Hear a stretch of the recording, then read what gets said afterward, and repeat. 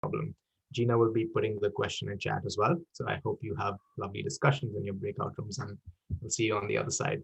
Gina. Cheyenne, I'm gonna throw it up. We have 4 attendees, which would basically be a breakout room. So how did you want to do that? Do you want to just go around with everybody here for a quick minute? Yeah, I was thinking pairs, but yeah, we could definitely do a pairs. Whatever you like, you tell me. I mean, I think I like the idea of like having it all together. I think we're a small group, so let's go with that suggestion. Fantastic. So I will copy that question in the chat, which means that if you'd like, you can stop sharing, or if you'd like, keep sharing, and I'll hand over to you. Perfect. Thank you. Awesome. I can't see the chat, but I hope that's already in there. And can we hear from, I mean, I actually don't want to point out, but is there a volunteer who wants to jump in first?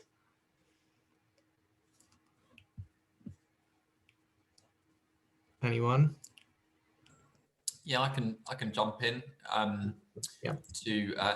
So just for clarity, I'm not a teacher anymore, but I used to be. So I suppose what the problem is for me, there is a lot of particularly young boys who are at risk for a variety of reasons. For example, at risk of exclusion, at risk of gang involvement, etc. Are very passionate about football and love playing football. In a lot of cases, it's the only thing that they'd say they're strongly passionate about. And yet sporting opportunities are massively reduced in the most deprived areas that have the highest crime rates and exclusion rates and all of those other metrics. So essentially that's where the match with there's something they're incredibly passionate about, not all of them, but a decent proportion. And the opportunities to engage in that passion are taken away, which unsurprisingly then leads to them getting involved in stuff that has the opposite effect on their mental health, physical health, aspirations, etc. That's it in a nutshell. Thank you, Tom. Do you actually want to tag the next person? Let's go around. So Tom, can you see the participants who are on the call? Yeah, so Cheyenne, it might just help if you call on somebody. I'll do that. Okay, Elle, you're next on my screen. Do you want to go? Hi. So yeah, I guess through teaching photography, I think what I've been noticing is that, as a photographer myself, and then also through teaching it, like I realized that you as a photographer end up taking photos of other people and they don't get the chance to express their own identity. And often that's called like when a news reporter or something will go out and capture a community and they won't really get the in-depth understanding of it. And I think what has been really important working with young people to capture their own identities kind of gives them that ownership, and that that motivates them as well to kind of get involved and really understand and learn more about themselves. And I think, yeah, that kind of, obviously soft skills is kind of what it's called, but it kind of helps kids grow beyond kind of the academic and realizing that their voice means a lot. And I think it's something that will help them much further down the line. So, but I also think the important thing is to make sure that it's, engaging enough to them, and kids obviously are constantly surrounded by very engaging content online, and what I'm trying to work on is something that basically still engages them outside of the classroom as well as inside the classroom. And that's kind of the problem that I've been seeing a bit is, I guess, with education, it's quite rigid and you kind of have to stick in that area. So I guess, how do you involve tech to kind of get young people more engaged in this kind of day and age, obviously, like with COVID and doing online learning and things like that. It's sort of, how do you connect people and get them engaged, proactively using the internet and stuff. But yeah, so I guess connecting people is really like the main motivation, but finding a way that is using, social media that isn't, basically fake news, and giving them the ownership and the responsibility to kind of express themselves and learn from each other. is what was motivating me. Yeah. So is it Elliot is also, yeah, perfect. Hi. Similar kind of situation to Tom, actually. I used to teach in, well, I taught actually both in a state and independent school. And I've been involved in the last few months in helping to set up this new social enterprise called the Omnia Project. And I guess the issue that we've identified is kind of twofold. On one hand, certainly in my experience as a teacher, there are very few opportunities for students from state schools and students from independent schools to actually interact meaningfully. So that's kind of one part of it. And the other side of it is citizenship. Citizenship education in the UK is not particularly well or widely taught. It's a statutory requirement, but most schools, it seems to be kind of at the bottom of the priority pile, perhaps understandably at the moment. So I guess the idea behind the Omnia project is to, I guess, combine those two things and create a kind of a citizenship course that can be taught and delivered as a partnership between state and private schools. Obviously there are lots of pre-existing private state partnerships, but in my experience, having worked on both sides of the sector, I think there's a lot more potential there for a lot more meaningful engagement. I know quite a lot of independent schools will sort of hire out their sports grounds for the afternoon to allow the local comprehensive to come and use their facilities, which is, great. But I think, the best assets of schools are often the young people, the children.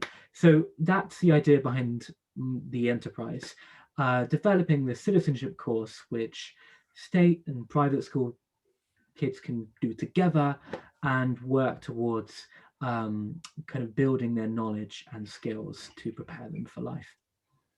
Thanks a lot, Elliot. No, that's amazing. Such a wide diversity, football, photography to citizenship. We're running out of time, so we'll go quickly to Roger for a rapid fire sharing of your idea. Yeah.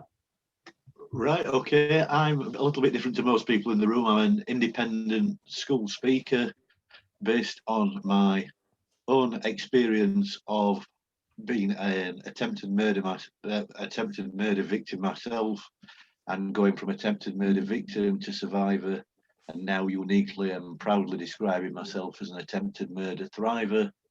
That is the basis that I go into schools and colleges and share my lived life experience, whether that's as part of a PSHE lesson to encourage the students not to give up on themselves, but to keep going and to spring forward, whether it's to speak for Crime and Justice Weeks, or whether it's coming at it from a mental health point of view, because my own journey obviously incorporates all those aspects.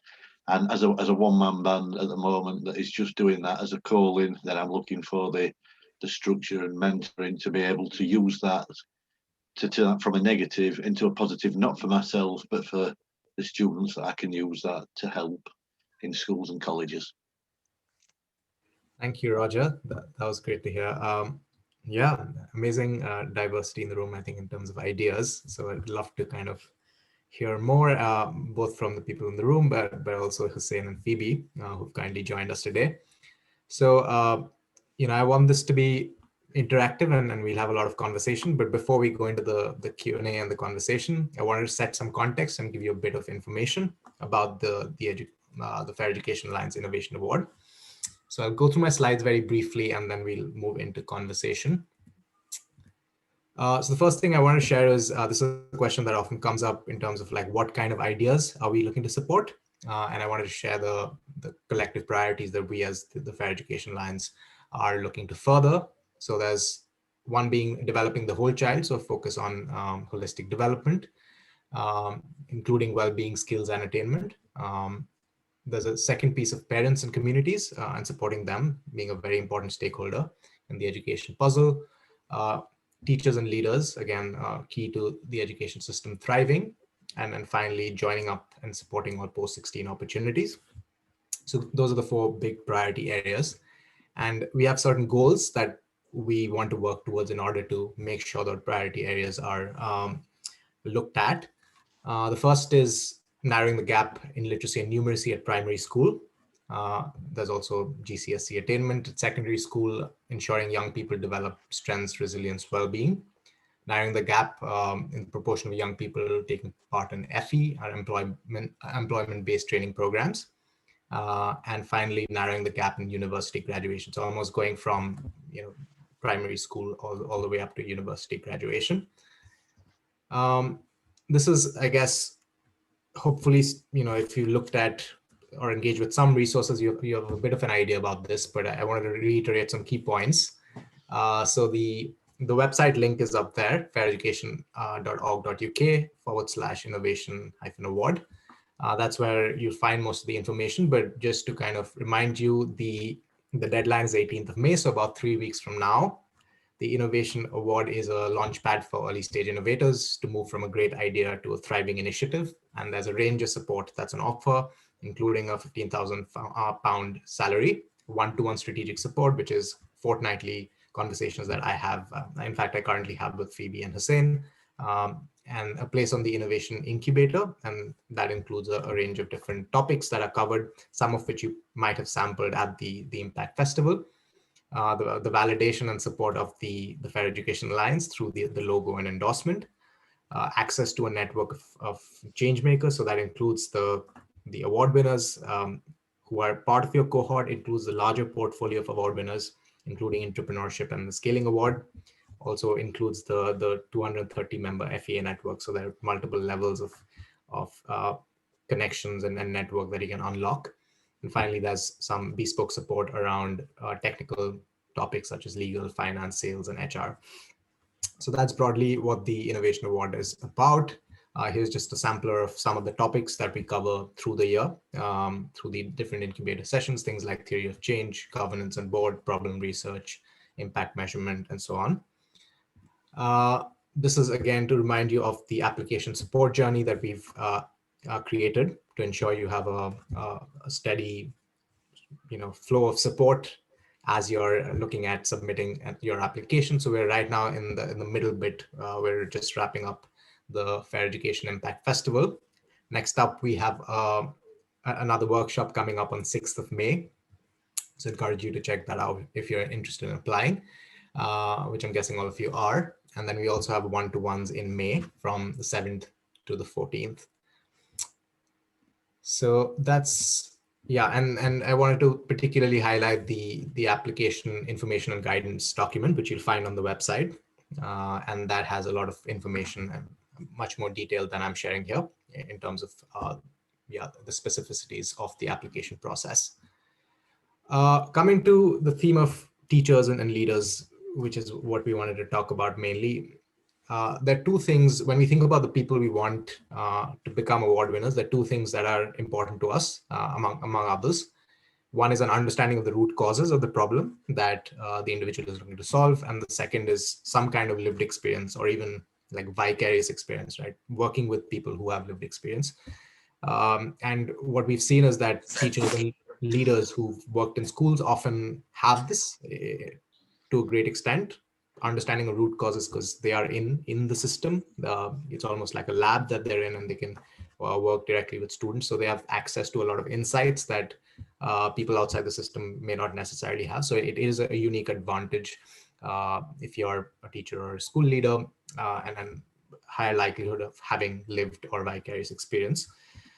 There's an interesting article that I recommend you check out at some point. If you Google teacherpreneurs and Brookings, you should be able to find it, which talks about the unique role teacherpreneurs play in the system, and just coming with that experience and understanding from the ground, from having been there, done that, and then translating that into enterprise.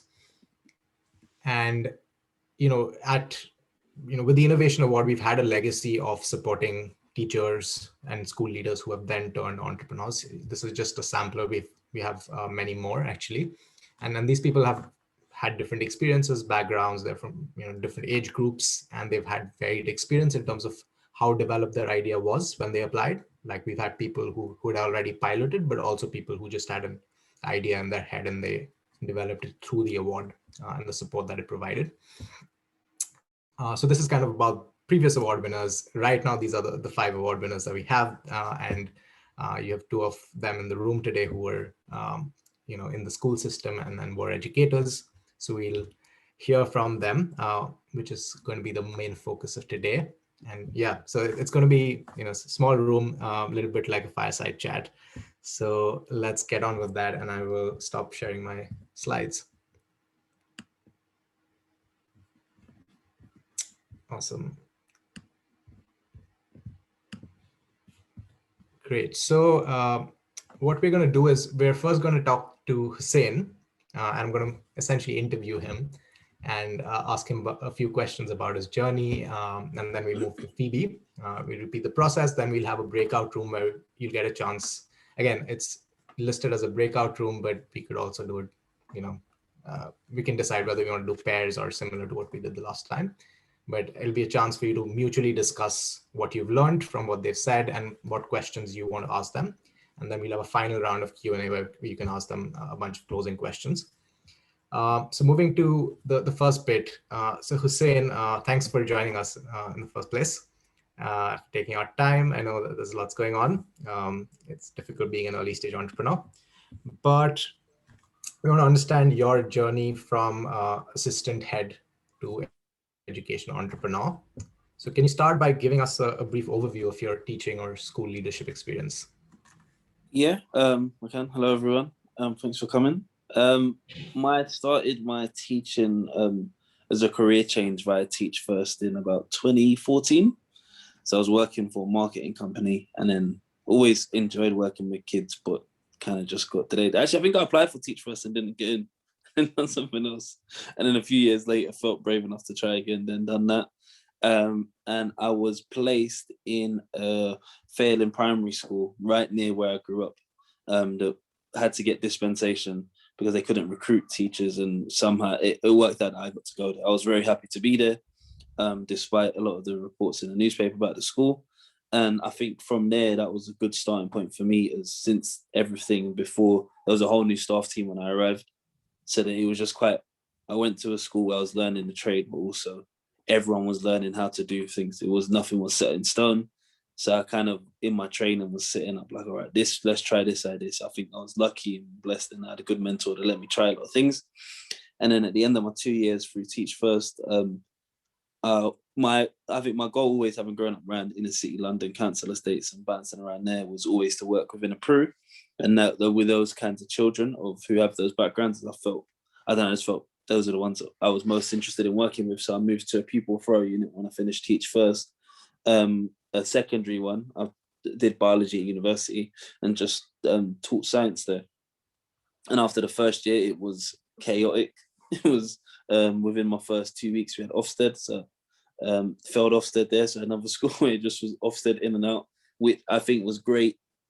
I wouldn't change that now, as I think it made me relax with just people coming in the classroom. I was used to observations. I was used to working to like pressure that I think helped later down the line. And it just was good because then I think someone outside had said things weren't good. So again, there was opportunity to create. So within the Peru, I just started all right, this doesn't work. We should do this, we should do that.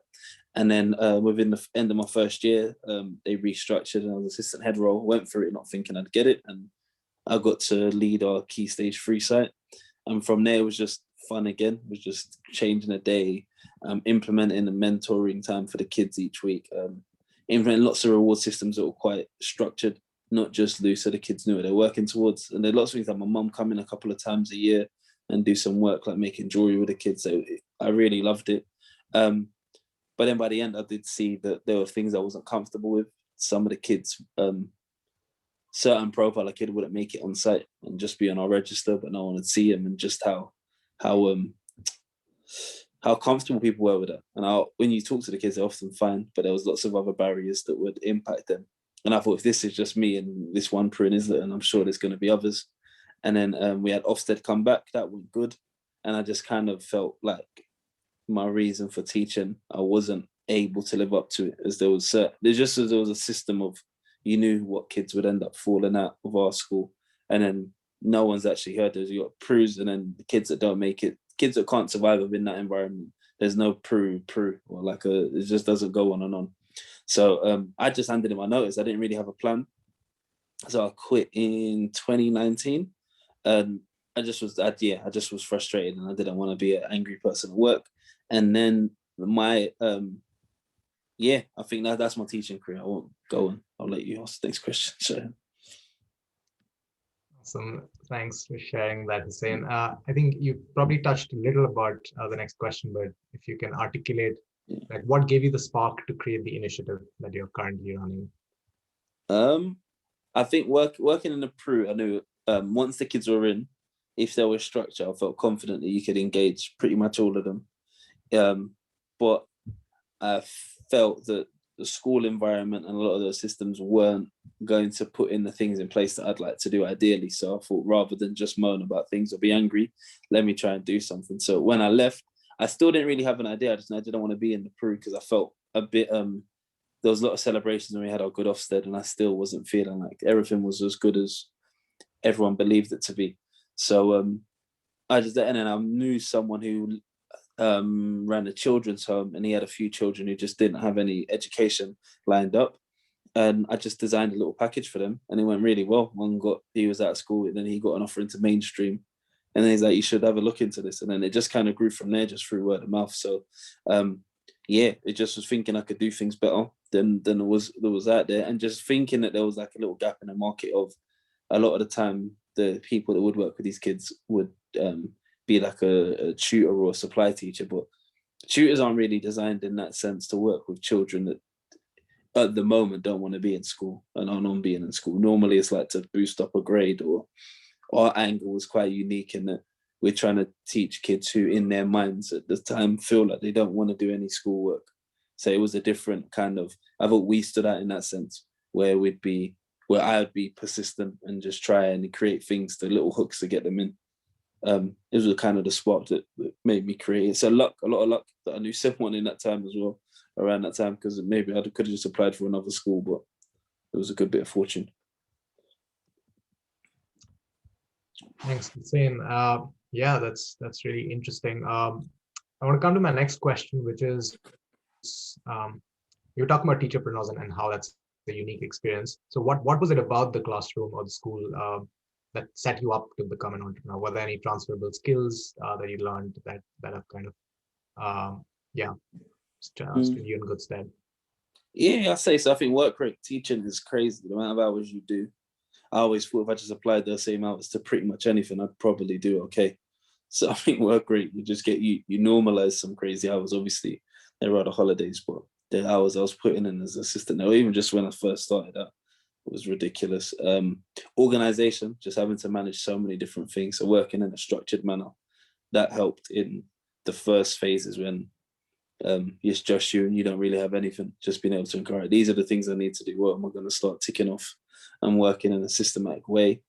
And then I think, in particularly with the context of education, where we're innovating into just knowing how schools work, so not like packaging things in a way people don't want to hear it. So I knew, all right, if I was the teacher, what am I going to want to hear? So I pitched, like for our thing, you're not going to have to do anything. Like, you've got a lot to do already. We'll mark their work. We'll create the schemes of work. We'll give you portfolios you can use. You'll have reports that you can use. You can share with Ofsted if they're asking for these kids. You have attendance. We'll be able to demonstrate progress. So it just was we knew the kind of the buttons to push in that sense. And then I think the creative side of when you're teaching, you often have to make stuff from scratch anyway. So it was quite used to just, all right, and just designing stuff and get, all right, this might work, and testing things that for me were useful as a teacherpreneur, as you call us. Yep. Yeah, that's really interesting. So insights, the ability to organize the hours that you already worked, and yeah, that's interesting. I'll come to my last question, which is, so what is the support you received from the Innovation Award, and why should a teacher or school leader apply to the Innovation Award? I think for me, it's just me. It's still just me at the moment. We got a recruitment phase in the pipeline. What I think it helped first of all is just get people, like when your one-to-one to Cheyenne or anyone or just people asking questions, it makes you look at what you're doing in another way. Because when it is just you, your idea is always right, because there's no other ideas. So I think in the first sense, like right now, I'm going to change how the company's legally structured. We're going to move to a charity, and that wouldn't have happened had it not been for the sessions we had. And just having, like, I never knew that the advantages of being organized in that way, and I never would have thought about that. I guess the building blocks, and for me, when I just started, I had no documents, like a safeguards. I had a thinking, but I had no like business plan or theory of change or none of this stuff. I just went and was out there working with kids, which was good, and I'm happy I did it. But at the same point, when you are trying to grow and do more, you're gonna have to pin those things down.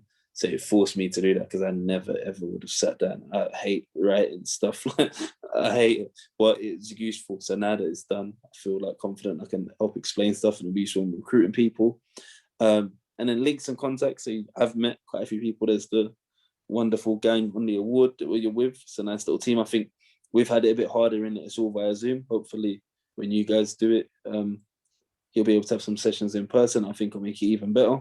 But then even just like, you do get to meet people, and it just seems like what you're doing is a lot better because the FEA is there, whether it is or not. So you get that little kudos can go a long way, especially when you're new.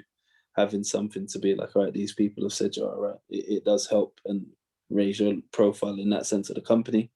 And in terms of why a teacher should apply for the Innovation Award, I think it's useful having that classroom experience, even if you've not, I know you've been in schools doing it, but creating something through like an experience rather than just creating something through an idea with like nothing, having something, all right, I understand the environment that we're going to be placing this in, I think is very useful and helps things land a bit better. And also just knowing the reality of what might work and what's unlikely to. Thank you, Hussein. That was a lot of great insight. I'm sure people have questions, so I'm going to open up to the floor. And for the next 5 odd minutes, let's hear a couple of questions that you might have for Hussein. You can raise your virtual hand or physical hand, either way, or share it on the chat. Okay, Tom, do you want to go first? Yeah, thanks, Hussein. That was really interesting hearing all about your experience. I wanted to ask a bit about what you said with, you know, when you've got an idea, like you're not interested in any others, that's the one, like nothing's changing it kind of thing. Because I totally get what you mean. And I'm interested what happened when, you know, the team behind the awards challenged you and, you know, questioned aspects of it, and, you know, like what was the process you went through in terms of tweaking it and changing it, and what stuff did you get rid of and what did you add? I'm just kind of interested in that process of it. I think it's quite, you have through the sessions, it's quite like you have a day where you're going through stuff, and from that it will expose you to things. So it's not necessarily someone saying don't do this, someone just asking you why, and often being like, I don't know, I just said I was going to do it this way. So for me, a lot of it's just through ignorance. I don't come from somewhere where you've got experience or knowing or have like any background or network of like, this is how you do things. So how the company's structured, it's been one. In that we was a limited company to begin with, we still are at the moment, and I've never had any funding from anybody. And I've also been extremely skeptical about trying to get funding, in the sense that I think I just put a chip on my shoulder that like I'm gonna have to do, people are gonna be making me do this, and it's gonna limit my freedom of what I want to do, etc. But then I found that with the charity stuff, you can double up with the I can still sell the services and charge for that, and also get the funding that I can use to offset other things there. I think it's challenged a lot, like I think speaking frankly, a lot within the charity, within the space that we're working in. I think often I don't see people that look like me, so I'm always just like, I want to work with the kids. That's where I feel comfortable. Out where it's going to be, I don't want to do anything else. So I think not forcing me, questioning that, and just making me just realize actually it's just my own beef that I've created myself. So I just think through the repetitive nature of it, of when you're doing the sessions, having your one-to-ones, it's going to make you look at things a little different, and then I hope you pick out what is the best for my business. So if I get all this stuff done, if we are a charity and we can get some funding, then it's easier to recruit people. If I can explain my theory of change, it'll be easier to recruit people. It's not just me speaking willy-nilly. This is what we do. It just helps me kind of guide, all right, this is what we need to do. I'm trying to think of other stuff where it's been challenged. I think mainly just makes you think. I probably would just be delivering sessions. So having that time where I'm not forces me to do stuff that's going to help grow the business. I probably would have just been stuck. It was going good, but I don't think there would have been any growth because I just would have been doing the work each day and never looking, like taking a step back and what's the next plan? Where do we want to be in 3 years? How are we going to have to do that? It is a lot of work. So I'm tired most of the time at the moment, but fingers crossed in a year or two, it will settle and then I can take a step back and focus less on the delivery and just more on the other side. But yeah, I don't know if that answered your question, Tom. Yeah, definitely does. Yeah, thanks for clarifying. Awesome, thanks, Hussein. We are kind of at time for this section, but if there's a burning question, we'll take it now. Otherwise, we have second round Q&A at the end. Does anyone have a burning question they want to ask Hussein? Nope. Cool. Awesome. So let's move on to Phoebe. Phoebe, again, really excited that you joined. I'm going to ask you a very similar set of questions that I asked Hussein. So to start us off, can you just give us a brief overview of your teaching or school leadership experience? Yeah, of course. Really happy to be here. So I started teaching in 2014 at a school down in Croydon in South London. Maybe you're a bit soft. I don't know, it's just me. Yeah. Sorry. Let me just try one thing.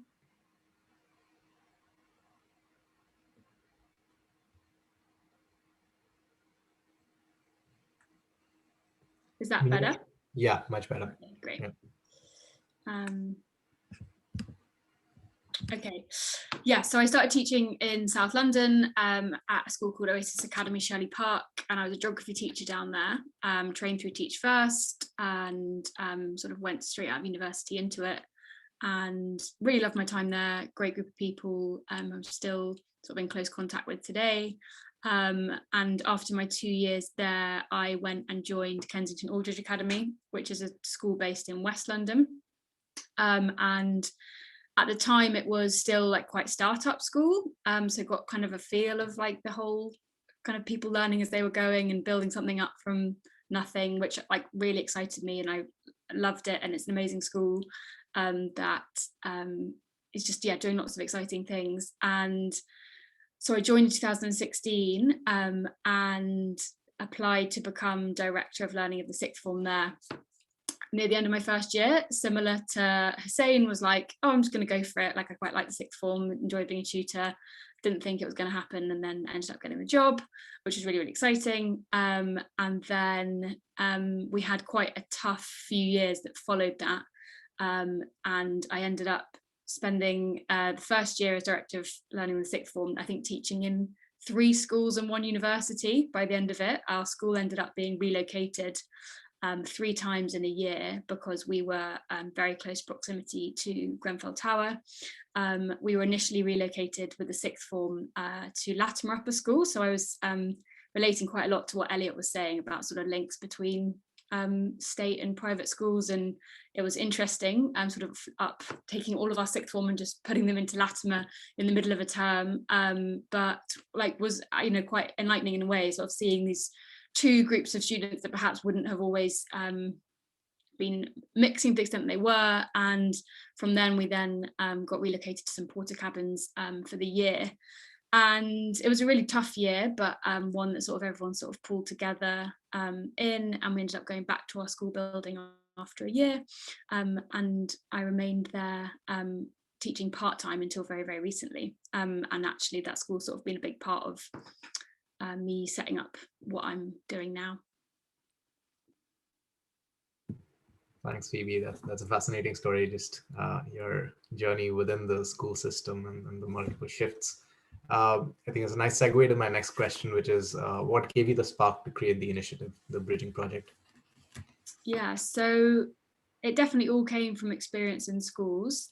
and particularly my experience at KEA working quite closely with sixth form students. I think similar to what a lot of people have spoken about already about their initiatives and like the need for pastoral support. I think, you know, as teachers, we know that that support is really crucial to students gaining academic success. But at university, perhaps it's not really seen and thought about quite as much.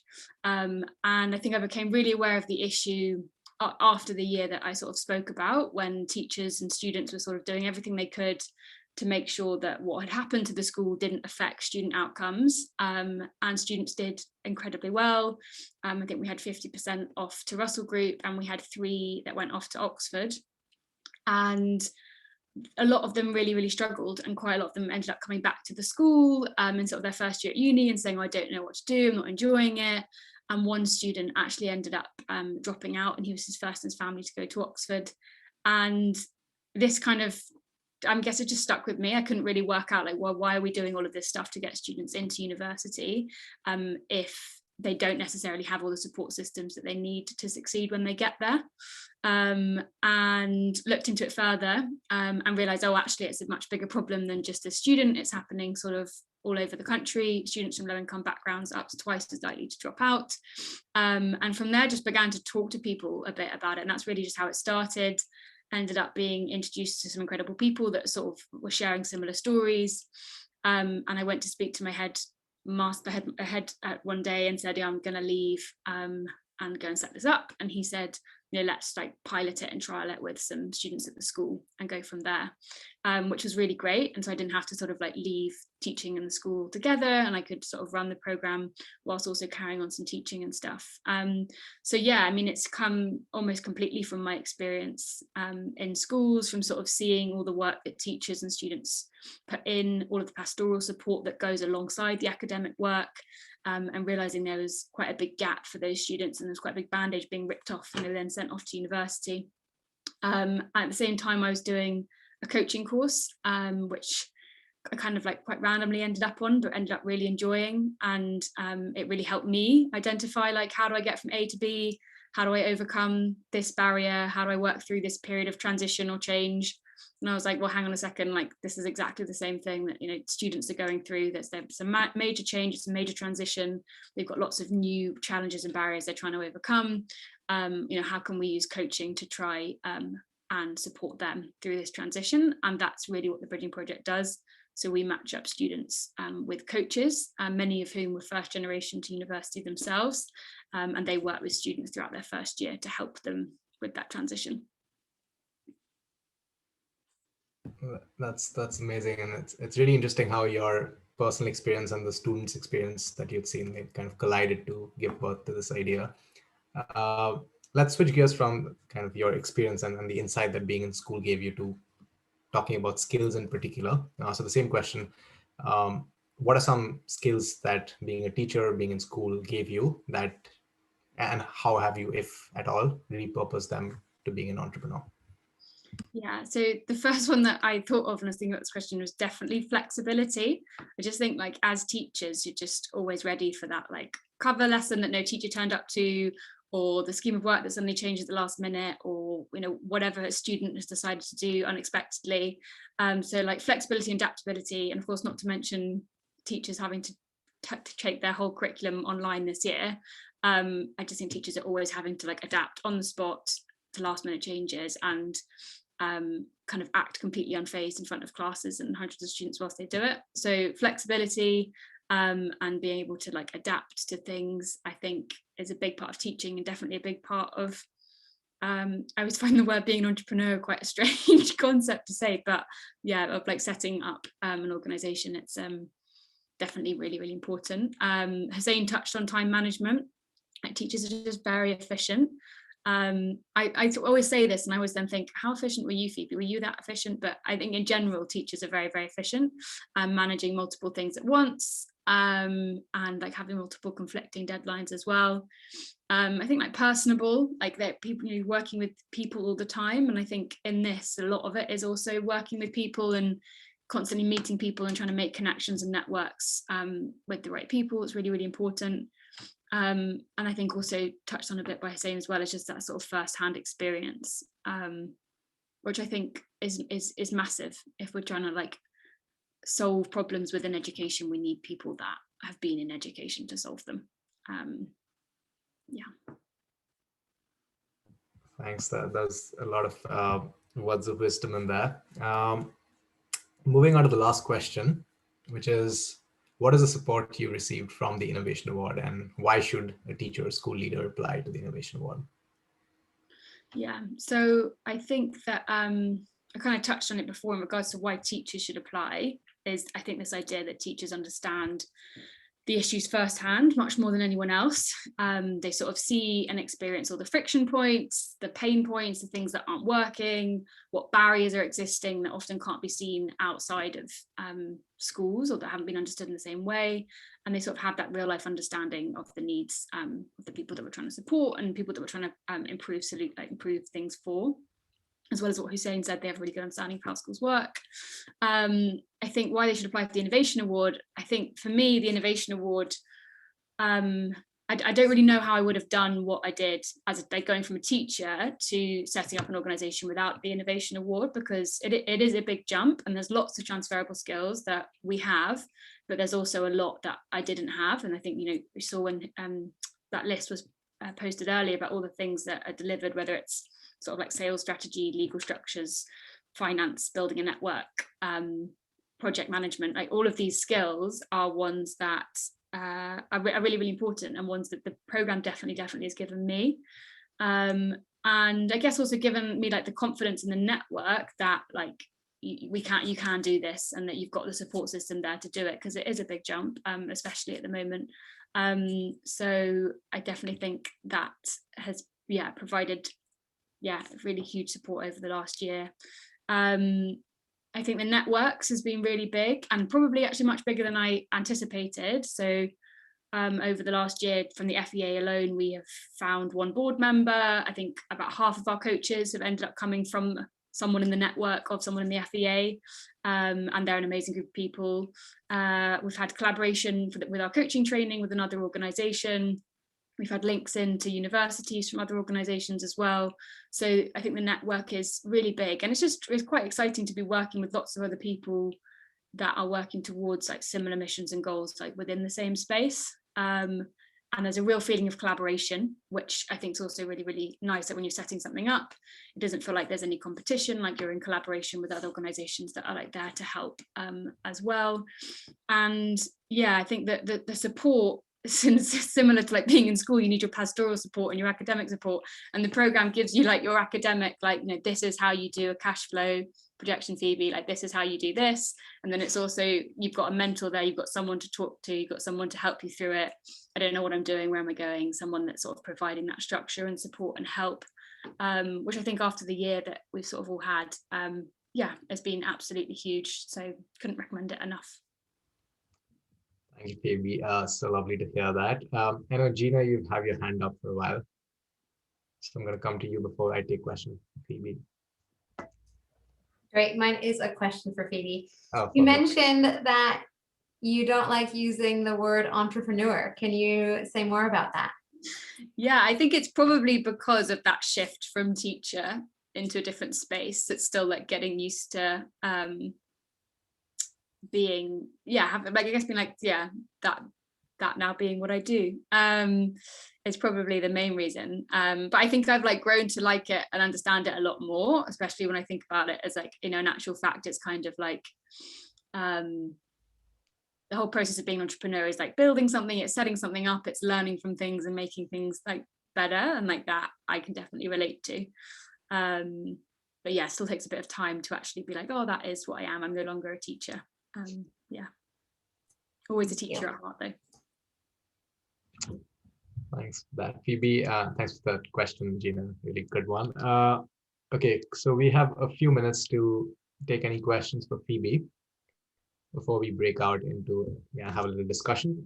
So anyone in the room who has a question for Phoebe, raise your hand. Just give me a shout.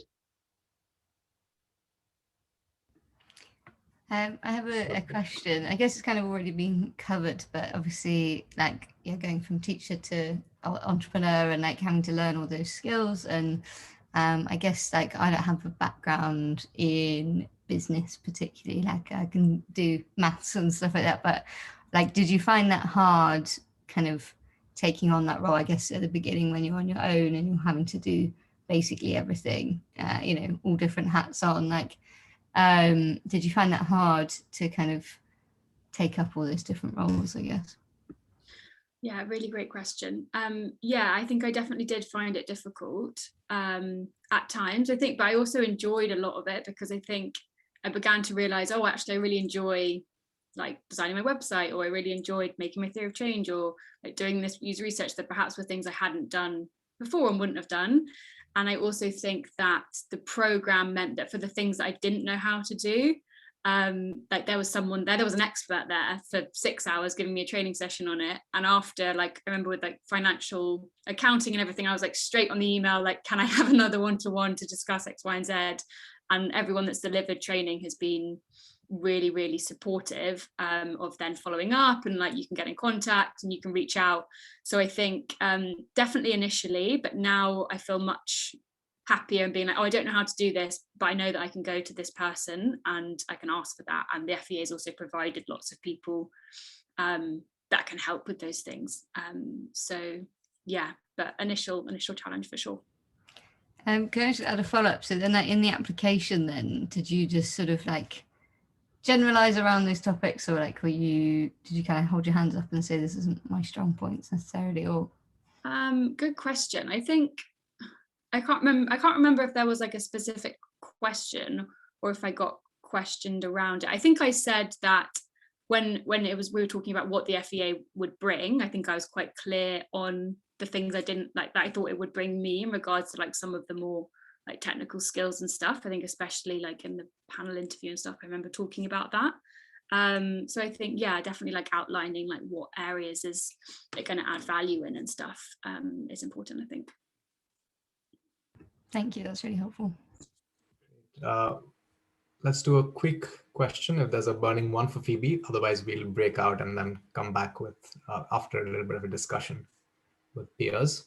Is there a burning question for Phoebe? Okay, cool. I can't see any hands, so let's move forward then. Thanks, Phoebe, for that. So what we'll do now is go into breakout rooms.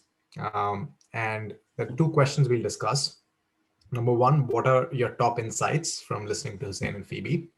So you discuss that with peers. And the second question is, what questions do you have for them? So kind of thinking through what further questions you have for them, which you can ask them once you come back.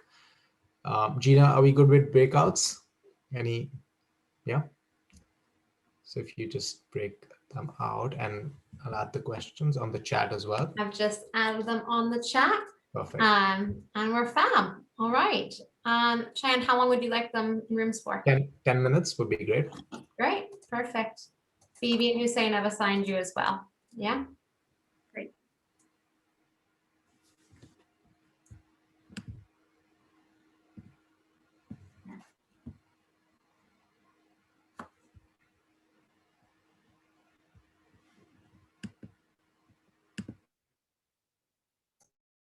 Cheyenne, can you join room 3?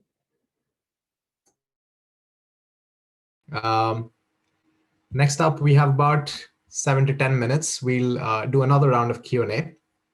And I know Hussein and Phoebe were in different rooms, so if there are questions that might be useful to elevate to the entire group, that'd be great to hear. So anyone with questions to either Hussein or Phoebe, feel free to share, and we'll spend about 7 to 10 minutes on questions before wrapping up. I can't see all of you, but let me just change the view. Yes, cool. Hi, Abigail, welcome. Great. Any questions for either Hussein or Phoebe? Nothing? I have to admit, Sharon, that we ended up spending the time talking about Elliot and Roger's initiatives. Yeah, which is all really exciting. That's awesome. So it seems like you've already had a chance to engage with Hussein and Phoebe. But yeah, Hussein, what were you going to say? Yeah, I think I was going to say the same. I think we had a lot of chat about, probably, I think I exhausted Tom and Abigail's questions in that 10 minutes. So that might be why it's a little quiet now.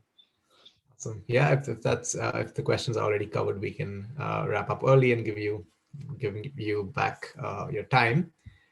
But then before we wrap up, there's a little thing we want to do, just get some feedback on how how the session was today. And yeah, big thank you for everyone being so engaged today. And the feedback poll is on your screen. So if you could. Phoebe and Hussein, don't worry about filling it out. Yeah. There you go. But Elliot, Roger, Tom, and Abigail, it'll be awesome to get your feedback.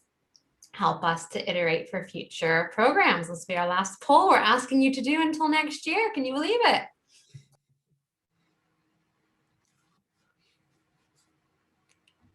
So I think one more person. Perfect. Yes, Roger. Yeah, just a quick question for Hussein. You said that initially you didn't come from anything of a teaching or an education background. Is that correct? Before I started teach, I did teach, but I was working in like marketing before, and then done a career swap into education. Yeah. How was that transformation for you from a marketing background into teaching? I found it interesting. I found I think working for local authority compared to a business, I think there's a lot more. It's a totally different culture. When I was at the marketing place, it was a lot more cutthroat, which not cutthroat in a bad way. I think everyone just, their level of accountability was a lot higher, in my opinion. I think there's like a union or whatnot. I think it's great we have teacher unions, but there's a balance between, I think, how can I say this without saying something controversial? I think it's education, working within local authority, I think there's a lot more, it's a lot more chilled, and I wasn't used to that. But then I didn't apply that.